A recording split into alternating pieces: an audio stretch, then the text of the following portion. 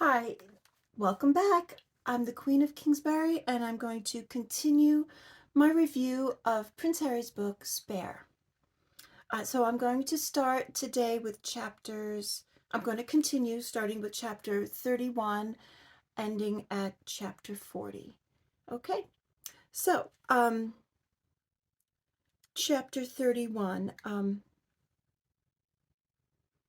So really, he starts off by saying maybe this is the day.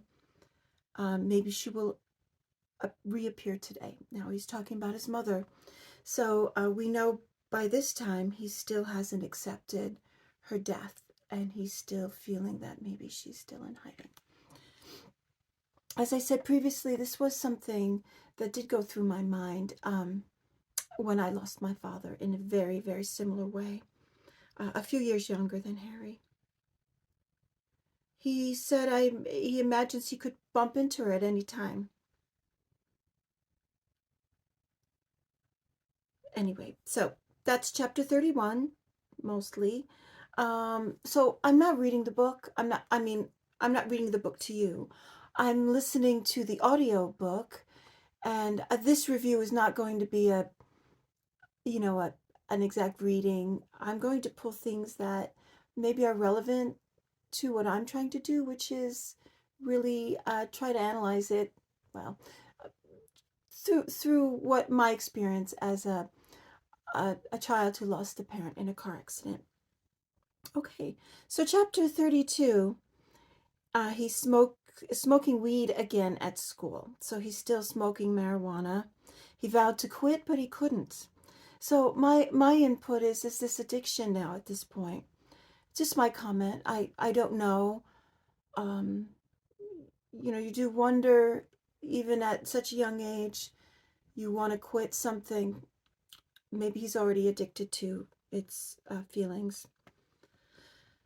Um,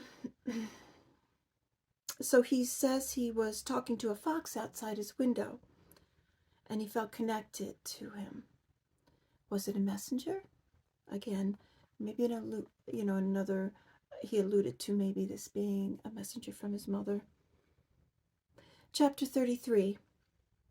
He talks about Club H. So for anybody who's been following the royal family for decades, you probably read a headline or two about Club H, and he explains this was Club Highgrove. It was in the basement at his father's country home, Highgrove. He and his brother had this club, and the basement was filled with gifts from foreigners. There was painted stone walls, a stereo system, loud but not very good, a drinks trolley, which is like cocktails, and fresh air was pumped in. That's probably needed in those old buildings. There was a nearby pub he and William went to meet up with mates, their friends, and they would often go back to this basement Club H with their friends. And he mentions there being about 19 of them at any given time, and that there was often innocent snogging and drinking. So, that's normal teenage stuff, really, quite normal. He said no drugs. Had a sense of boundaries. They did have a sense of boundaries. He's talking about he and William, and of course their friends as guests in their home. He said it was safe and it was a solitude, and he said William felt the same.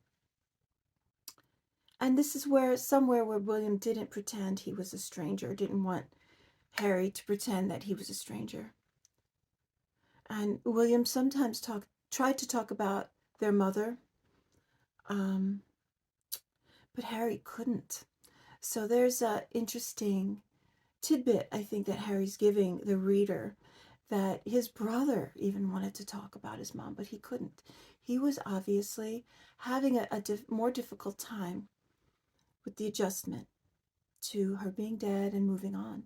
So William was at a pivotal point, 2 years and a few months older, but still that could make all the difference in the world, in the understanding of death the acceptance of it, and the maturity needed to move on, possibly at this point without mental health care. Okay, so he couldn't. He was emotionally unavailable. Wonderful to be felt unseen in this basement club. And later on in the chapter, he met with Marco. Marco is somebody who had appeared in the book already. He was one of William's main bodyguard, and he went on the safari with them to Africa. And Marco, he felt Marco was going to confront him about something that happened. So tell me the truth. So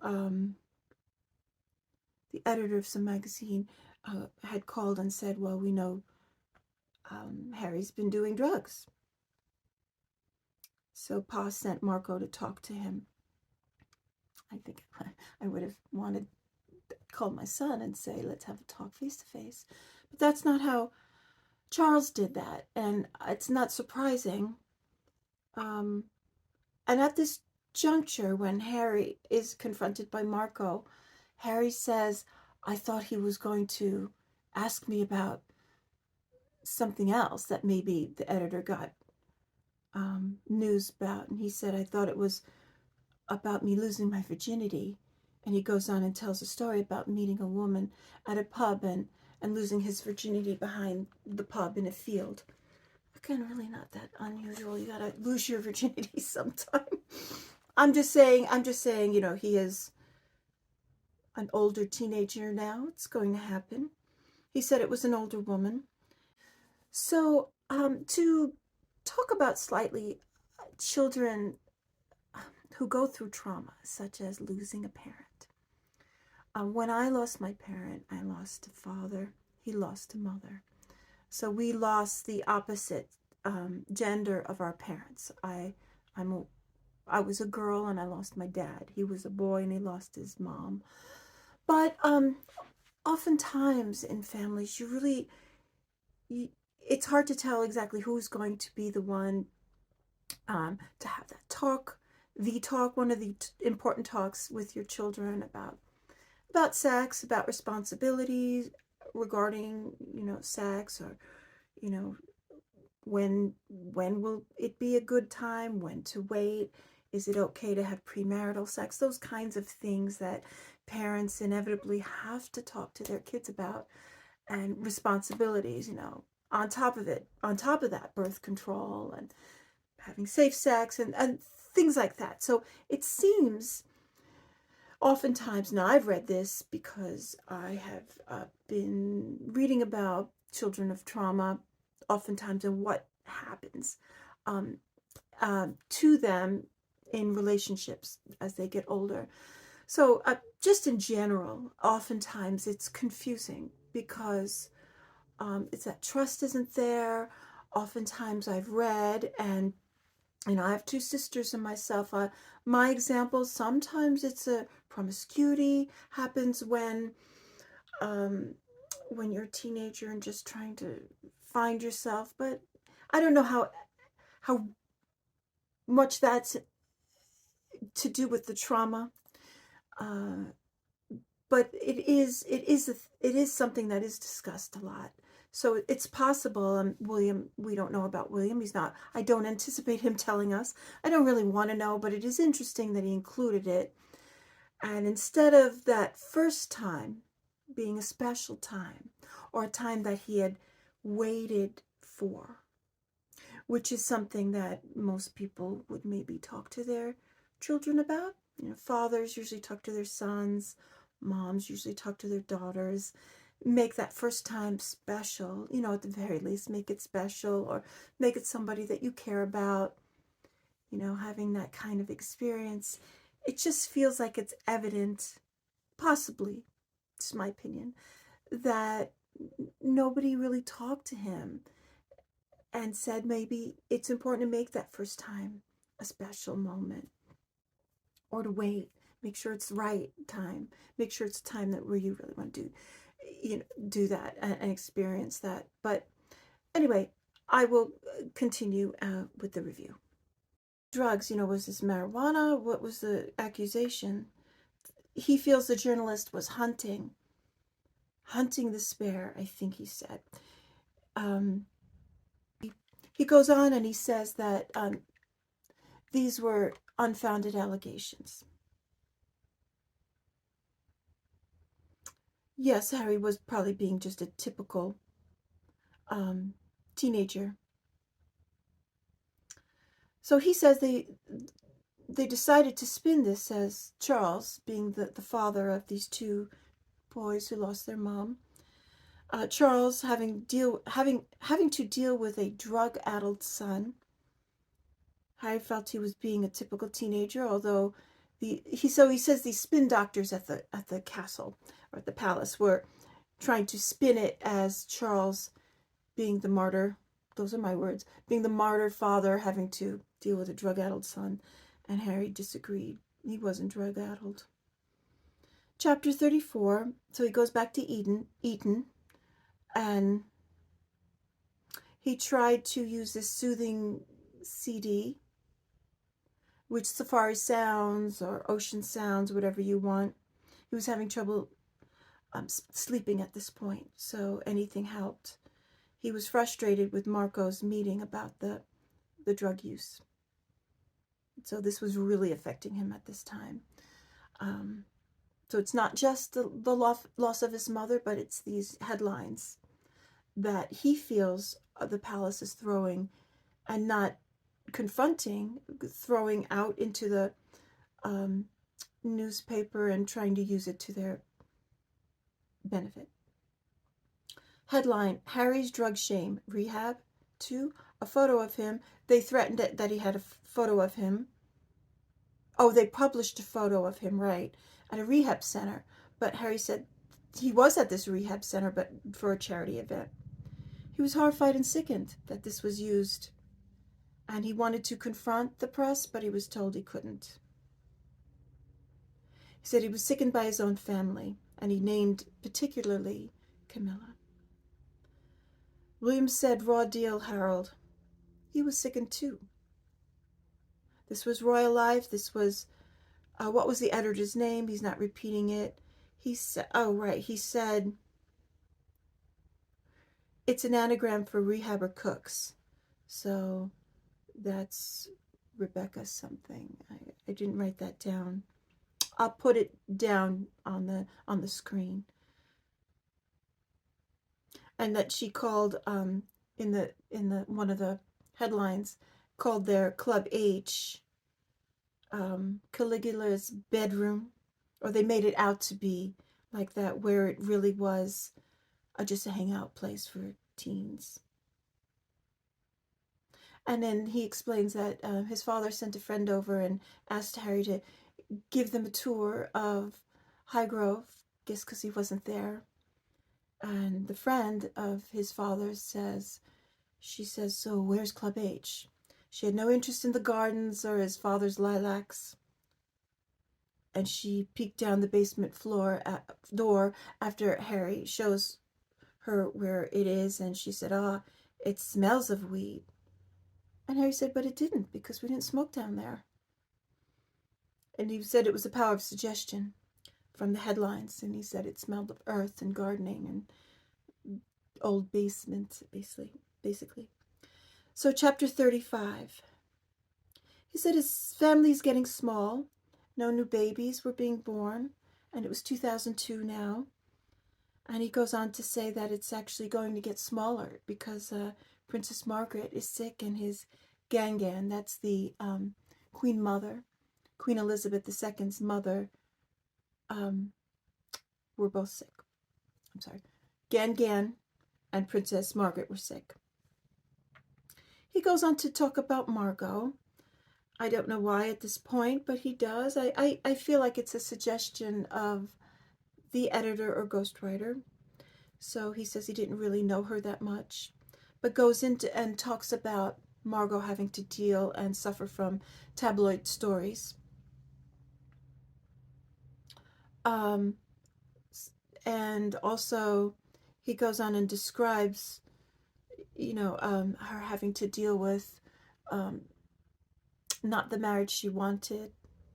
So she couldn't marry the man she wanted because the queen, and ultimately it was Parliament who said no, she couldn't marry a divorced man. This was the 1950s. Royals didn't do that back then. And she wound up marrying a man that wasn't her true love, and how he would leave nasty notes around the house for her. And this is all also straight out of the Netflix series The Crown. Wonder if that's where they got the stories from. Would he really know this about his aunt, besides seeing it on Netflix? That's right. He says she had a hasty marriage, and that she could kill a houseplant with a scowl. Is that his words? From knowing her, he was a teenager when 18, maybe when 17, 18, when she died. I don't know. He wondered if she had an opinion of me. And then he describes the Christmas at Sandringham. One year, maybe it was that year, it would have been the year before, where there was a gift exchange, and Margot gave him a fish hook, or no, a biro with a fish around it, and he called it a cold-blooded gift. He thanked her. He doesn't really know what the significance of that was. Maybe there wasn't any. Maybe. So from what I heard, and this is things I've read in several books I've read about the royal family, and a few interviews I've watched too, is that the family does give each other these gag gifts at Christmas. Maybe not all of them, but certainly when they're all together at Sandringham, they give these gag gifts. And what else do you give? The bluest of blue bloods and the highest of aristocrats. What do you give at Christmas? But gag gifts. Maybe it was a gag gift and he didn't understand it. It's possible. And then he goes on to describe his Aunt Margot, that's Princess Margaret, wasn't too dissimilar to his mummy. Picasso was obsessed with her, and she did have a strong press following her before, when she was younger, of course, before Diana married her, Prince Charles. Then he goes on to say she got ill. She burned her feet in a bath. We all knew that. It was hard on his grandmother. And now his grandmother was also bedridden at the Royal Lodge, and he goes on to describe that. Royal Lodge, high ceilings, gardens, built after the death of Cromwell. Would Harry know this? I'm sure he either Googled it or the ghostwriter added it. I don't know. Some people might say, well, why wouldn't Harry know that? Well, I'm just my observations of Harry over the years. Maybe somebody's whispering these little tidbits into his ear when he's writing this book. I feel, I will tell you at the end of this particular group of chapters reviewed, what I feel is going on here. So, of course, ultimately, Margaret dies, and his great-grandmother dies, Gan, the Queen Mother, and walking behind the gun carriage reminded him of his mother's funeral. So he describes the crown sitting on top of his great-grandmother's coffin. She was the Queen of England to her husband, King George VI.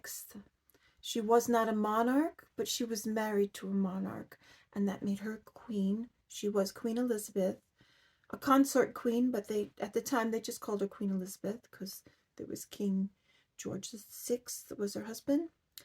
And he describes the large 105-carat Kohinoor diamond, and he says, was it stolen?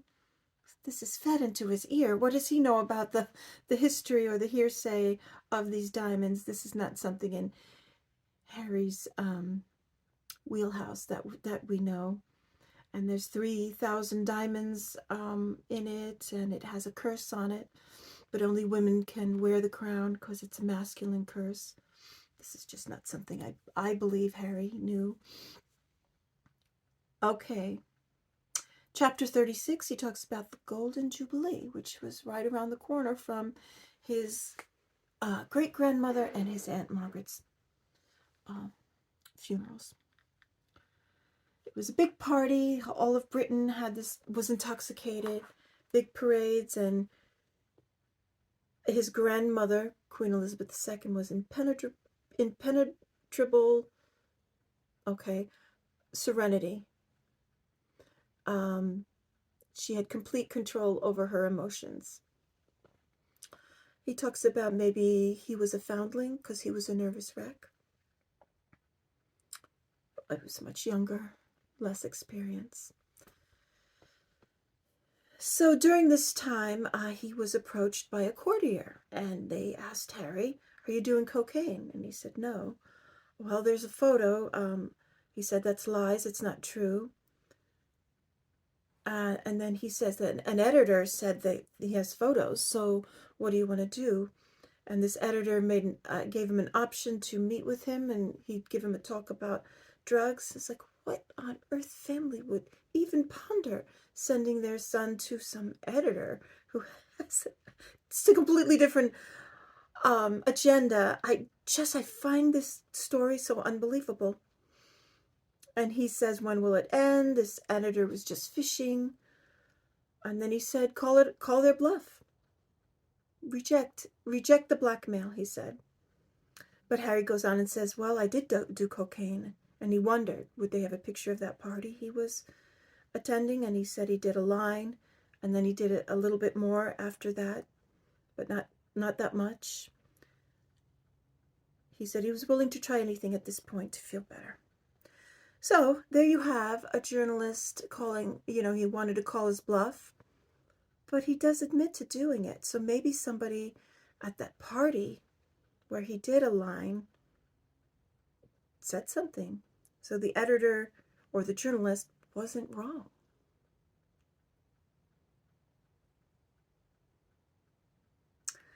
So no pictures ever came up of it. So it was a bluff about the picture.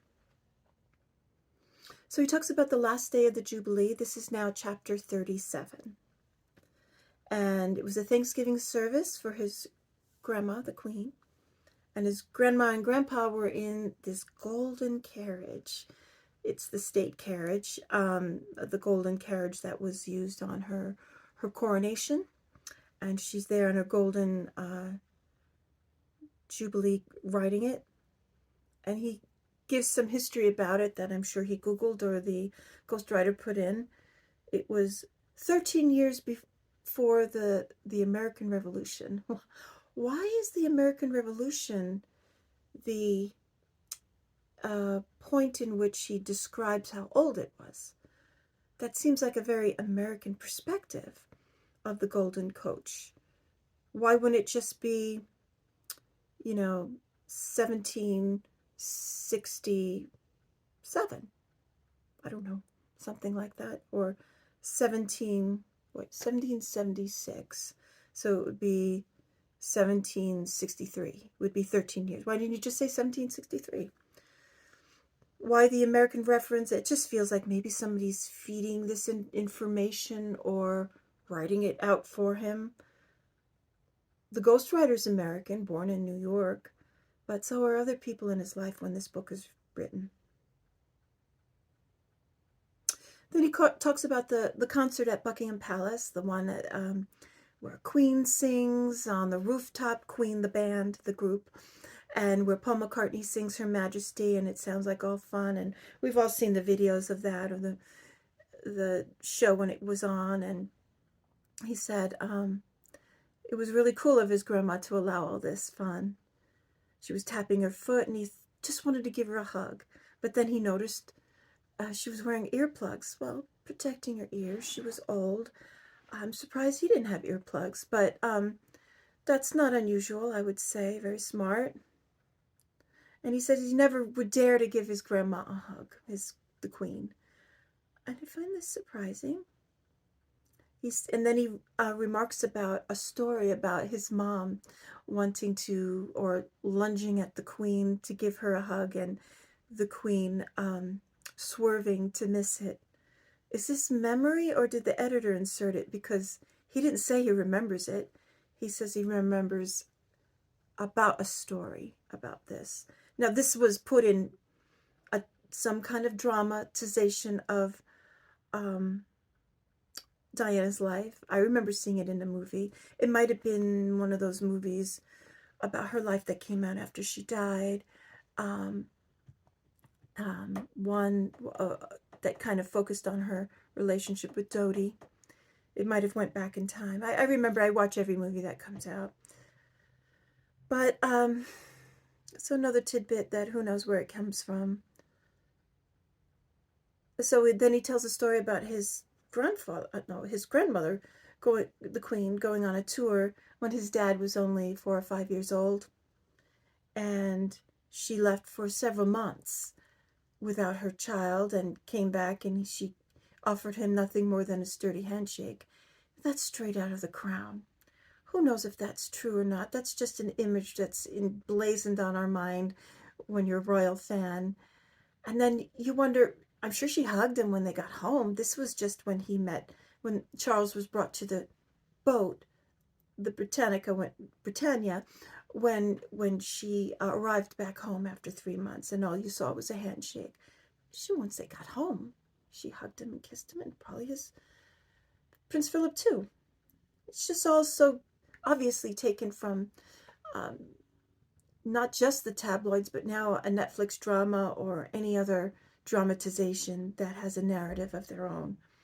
He doesn't know. Did he talk to his dad about that? What really happened, and why is this added into the book? Well,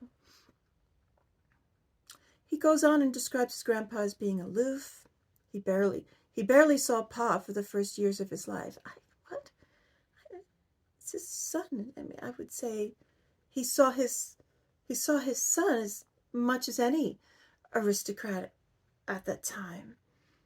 Maybe probably every day, I'm sure. What do you mean barely saw him? He was busy all day. I think of myself in 1970 as a child. My father worked 6 days a week. We saw him at dinner, and we saw him on Sundays. Other than that, he was sleeping or he was at work. He was at work 6 days. Sunday was his day to get extra rest. So we had to walk around and be quiet for Sunday. And he describes his granny keeping time to the music, and he just wanted to give her a hug, but he couldn't dare. He wouldn't dare. Okay, chapter 38. So he sits down with his dad. He calls him Pa at this time to talk about his future. His dad had recently moved into Clarence's house. This is after the Queen Mum died. She was living there, between there and Royal Lodge. He'll be graduating from Eton Sood, and his brother William was at St. Andrews. So, darling boy, he says again. This was what Charles called him all the time. It just sounds so lovely. I hope he's embracing it. I don't know. He's using these words a lot. Let's see what he has to say about it later. If he's gearing up to something or just creating the picture of his life. Have you given any thought of the future? They went through a few things. He talks about how he wanted to work at this fondue hut that his mother loved. Of course, he can't do that. Well, I don't know why his father says, of course not. Then he goes on a ski instructor, and his dad said, out of the question. Safari guide? No, darling boy. I think it's a comical conversation. I hope he can look back on this and when he's thinking about it and wrote about it, how really fascinating it is. He really wanted to do something to shock people. And he says, I wanted everyone, the whole country, to say, what the? Part of him wanted to just drop out like Mommy did. Is he still questioning her death and not being able to face the reality? It refers to some Indian prince who dropped out of the picture and nobody knew where he was. And he says, royals generally have no ambitions or anxieties, but he had both. He was worried about finding a purpose. He didn't want to become a drunk like many royals in his family had in the centuries gone by, without a purpose. So in a way, that's true. If you're not destined to be the monarch, what are you destined to do inside the royal family? But support the monarch. That is what your destiny is. He agreed with his father that the university was not his. That would be college. That was not his future. So they landed on the army. That's his words. It was outside the box, and he hoped he could make a difference there. And Charles encouraged him to take a gap year, which is a very popular thing for European people with money to do.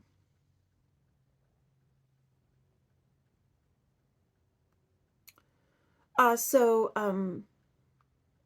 Marco, the right-hand man to Charles, raising his sons, goes to investigate Australia and Africa for Harry. And he comes up with a farm in Australia and working with AIDS in Africa. And Marco's going to plan that out for him.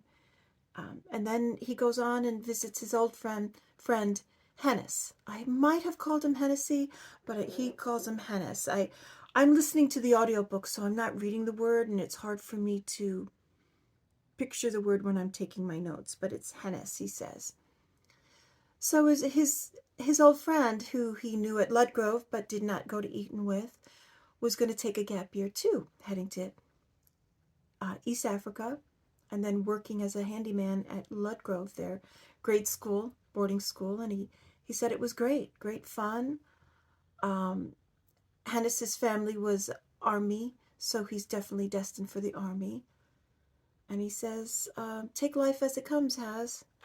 And he's going off to a casino, and Harry can't join him because he's learned that that's just going to lead to tabloids taking his picture, and no good. So he doesn't do that. So 2 months later, he gets a phone call, right before Christmas, he says, Christmas 2002, that Hennis and another boy drove into a tree. And his reaction was the same from when his mother died. He's okay, right? He's just in hospital. No, he wasn't. He died. It's very sad.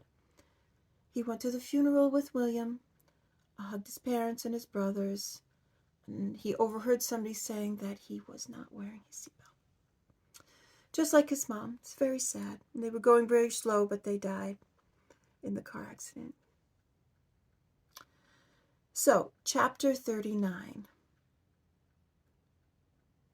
So before he graduated or finished Eton, he had to do a drama class act. He was casted as Conrad in Much to Do About Nothing, a Shakespeare comedy. His drama teacher assigned him a role of Conrad, and then he feels he was typecasted. And he was just told, have fun with it. He felt, and he described it as being a possible setup by his teacher, drama teacher. I can't imagine. How paranoid can you be? You know, you have to have a little fun with who you are. He's Prince Harry. And, of course, Conrad was a drunk and supposed to be just a little character that maybe comes in and out for comic relief. Now, this is a comedy. It's not, you have to take it as it is. But so he was paranoid that this acting teacher gave him this role because of all the headlines and in the rag magazines and tabloids. But could it be that he was known at school as drinking? And he says he didn't stop smoking marijuana. Maybe he was known as that. But anyway, either way, in my opinion, maybe he wasn't mature enough to understand that that could have been just good fun, British fun. I mean, it was too sensitive to get the joke if it was supposed to be funny. So he says,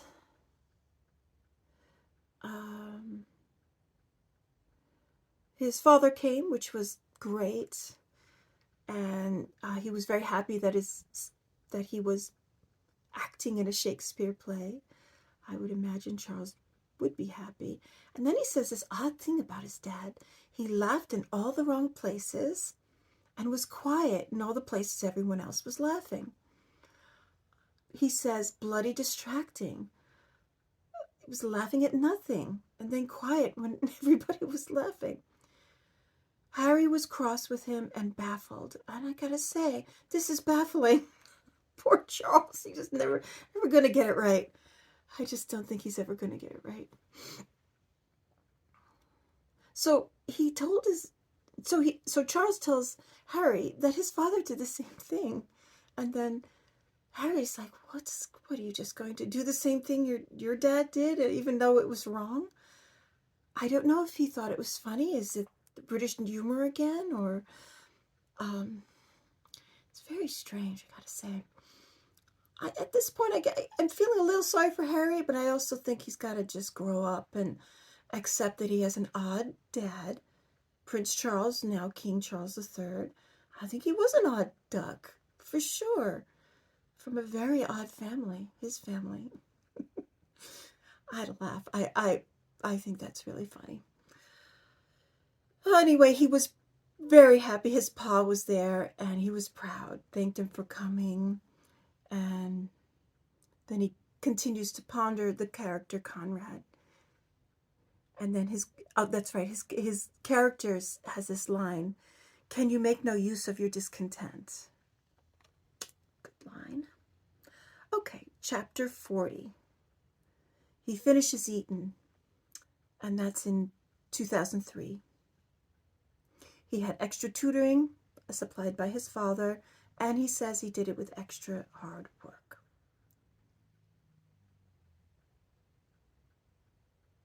So,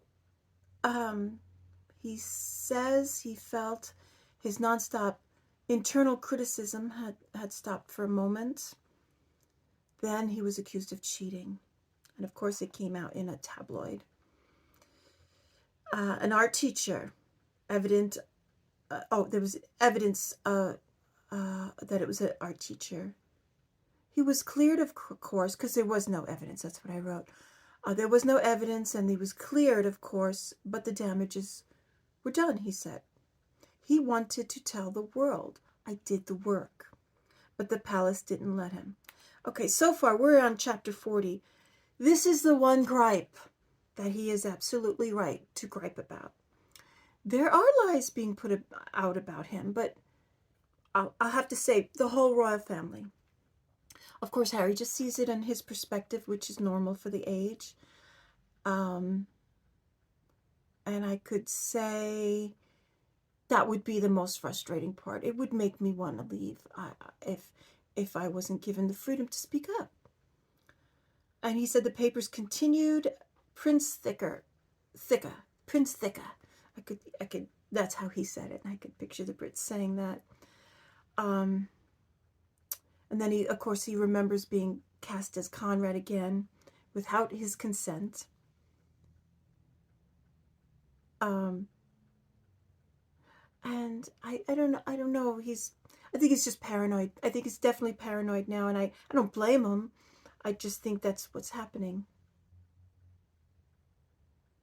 Yeah, I mean, really, if he has anything to complain about, it's the bad press. And it's also the fact that he's not given permission to defend himself. And I think maybe it would have been advantageous for him to just step out and do it, defend himself. If he's going to do anything, why write a book? But of course, he was doing what he thought was the right thing at the time and listening to the courtiers and his father and his brother. You just take it. You take it because we're all taking it.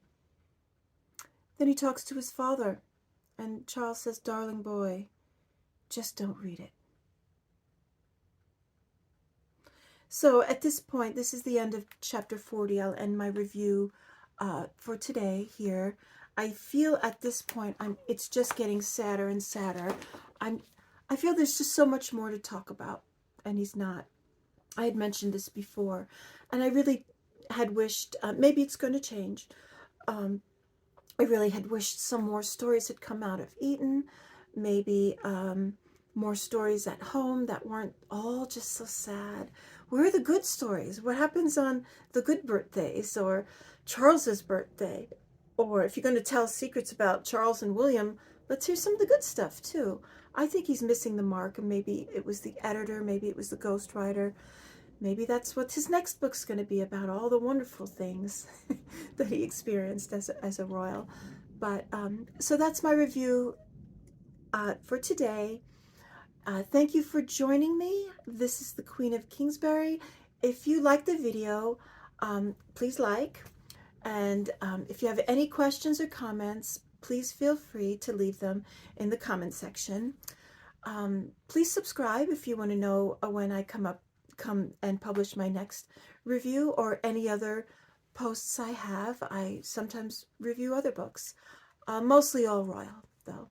Okay, thank you for joining me. Bye.